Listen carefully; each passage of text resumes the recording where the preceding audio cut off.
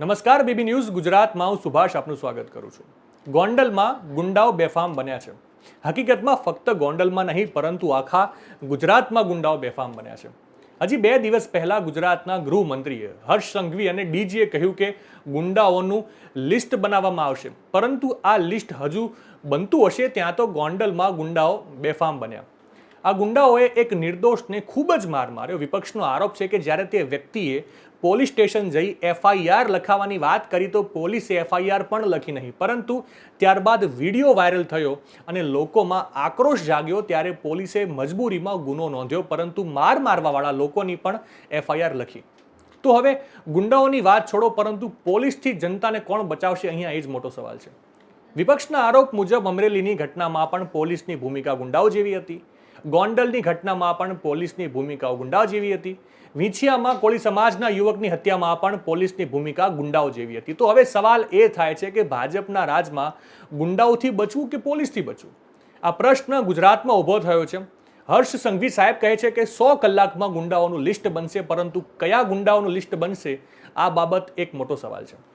આ સમગ્ર મામલે ગોપાલ ઇટાલિયાએ એક પોતાની પ્રતિક્રિયા આપી છે અને ઘણા આરોપો કર્યા છે ભાજપ સરકાર ઉપર. શું કહી રહ્યા છે ગોપાલ ઇટાલિયા, વિગતે સાંભળીએ. નમસ્તે દોસ્તો, હું ગોપાલ ઇટાલિયા.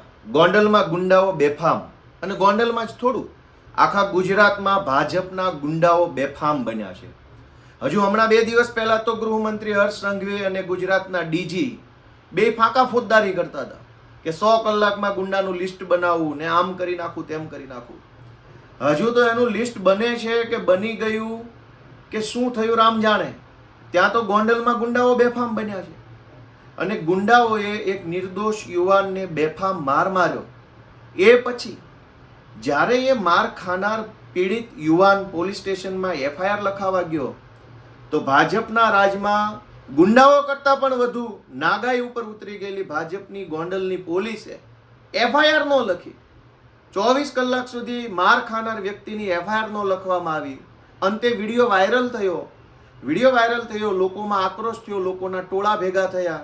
ત્યાર પછી ભાજપની ગોંડલની પોલીસે ગુનો તો નોંધ્યો, પણ મારનારા વ્યક્તિઓની પણ એફઆઈઆર લખી લીધી. એનો અર્થ એવો થયો કે ગુંડાઓથી તો બચવાની વાત પછી રહી, પોલીસથી કોણ બચાવશે? અમરેલીની ઘટના હોય તો પોલીસની ભૂમિકા ગુંડાઓ જેવી, ગોંડલની ઘટના હોય પોલીસની ભૂમિકા ગુંડાઓ જેવી, વિંછિયામાં કોળી સમાજના યુવાનની હત્યાની ઘટના હોય પોલીસની ભૂમિકા ગુંડાઓ જેવી. આ ગુજરાતમાં ભાજપના રાજમાં ભાજપના ગુંડાઓથી બચવું કે પોલીસથી બચવું? જીવવું કે ન જીવવું? આ પ્રશ્ન ગુજરાતમાં ઊભો થયો છે. અને ગુજરાતના હર્ષ સંઘવી અને ગુજરાતના પોલીસ અધિકારી ફાંકા ફોજદારી કરે છે કે 100 કલાકની અંદર ગુંડાઓનું લિસ્ટ બનાવવું. પણ કયા ગુંડાઓ? મોટા ભાગના ગુંડાઓ તો ભાજપમાંથી ચૂંટણી લડીને ધારાસભ્ય બની ગયા છે. કેટલાક ગુંડાઓ ભાજપમાંથી સાંસદ સભ્ય બની ગયા છે. કેટલાક ગુંડાઓ તાલુકા જિલ્લા પંચાયતની અંદર ચૂંટાઈ ગયા છે. કેટલાક ગુંડાઓ મહાનગરપાલિકા અને નગરપાલિકાના સભ્યો ચૂંટાઈ ગયા છે ભાજપમાંથી. બાકી રહ્યા હતા એમાંથી કેટલાક ગુંડાઓ બોર્ડ નિગમની અંદર ગોઠવાઈ ગયા છે. પછી જે ગુંડાઓ બાકી રહ્યા એ ભાજપના તાલુકા જિલ્લાની અંદર કે પ્રદેશમાં નાના મોટા હોદ્દેદારો બની ગયા છે. પછી જે ગુંડાઓ બાકી રહ્યા એ દિલ્હી વયા ગયા છે. ગુંડા જ ગુંડા છે અને તમામ ગુંડાઓ સારી જગ્યા ઉપર બેસી ગયા છે. તો ગુજરાતમાં હર્ષ સંઘવીની કે ડીજીની થોડી એવી હેસિયત છે કે જે ગુંડાઓ તાલુકા જિલ્લા પંચાયતમાં ચૂંટાઈને બેસી ગયા છે એનું લિસ્ટ બનાવે? પબ્લિકની આંખમાં ધૂળ નાખવા માટે થઈ, ગુજરાતની જનતાને છેતરવા માટે થઈ અને લલ્લુ પંજુ ટાઈપના ટપોરી કંઈક નાના મોટા દારૂ પીવાના કે દારૂ વેચવાના કે કંઈક ચપ્પલ ચોરવાના, સાયકલ ચોરવાના ગુનામાં પકડાયા હોય એવા લલ્લુ પંજુઓના લિસ્ટ બને છે.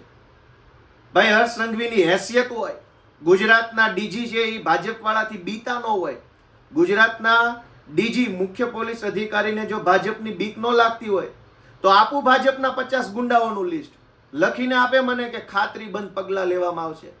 50 ગુંડાનું લિસ્ટ તો હું મારા ઉમરાળા તાલુકાના ભાજપના 50 ગુંડાઓનું લિસ્ટ આપવા માંગુ છું, પણ લખીને ખાતરી આપો કે પગલાં લેશો.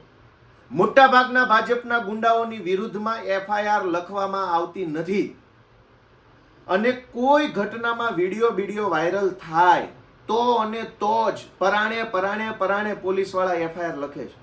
એનો અર્થ તો એવો થયો કે તમને કોઈક મારે, મારી જાય, બળાત્કાર થાય, છેડતી થાય, લૂંટ થાય, ગમે તે થાય, વિડીયો નહીં હોય તો પોલીસ સાંભળશે નહીં, અને વિડીયો નહીં હોય તો FIR નહીં લખે.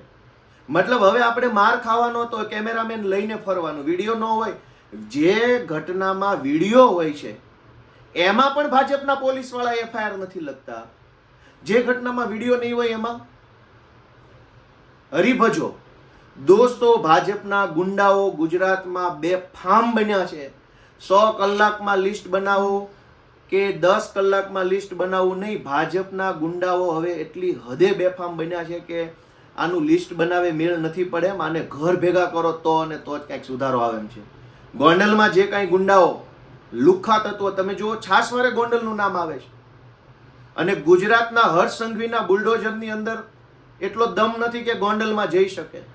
મોટી મોટી ફાંકા ફોજદારી હર્ષ સંઘવી કરતો હોય છે. બુલડોઝર તો ચાલશે જ, આમ થશે જ, તેમ થશે જ. મોકલભાઈ તારું બુલડોઝર ગોંડલમાં, જો તારામાં તારા બુલડોઝરમાં દમ હોય તો. ગોંડલની અંદર એક છોકરાની હમણાં હત્યા થઈ ગઈ. આ છોકરાને માર્યો, એની પહેલા એક દલિત સમાજના છોકરાને માર્યો. ગોંડલમાં જ કેમ?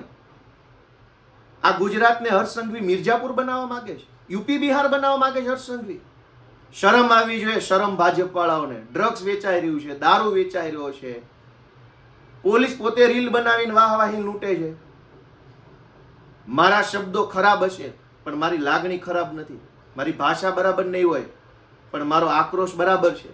મારી ગુજરાતના તમામ લોકોને વિનંતી છે કે ગુજરાતને ભાજપના ગુંડાઓથી બચાવી લો દોસ્તો. ભાજપના ગુંડાથી ગુજરાતને બચાવો. જય હિન્દ. નવા સમાચાર, નવી અપડેટ સાથે ફરી મળીશું. ત્યાં સુધી મને રજા આપશો. નમસ્કાર.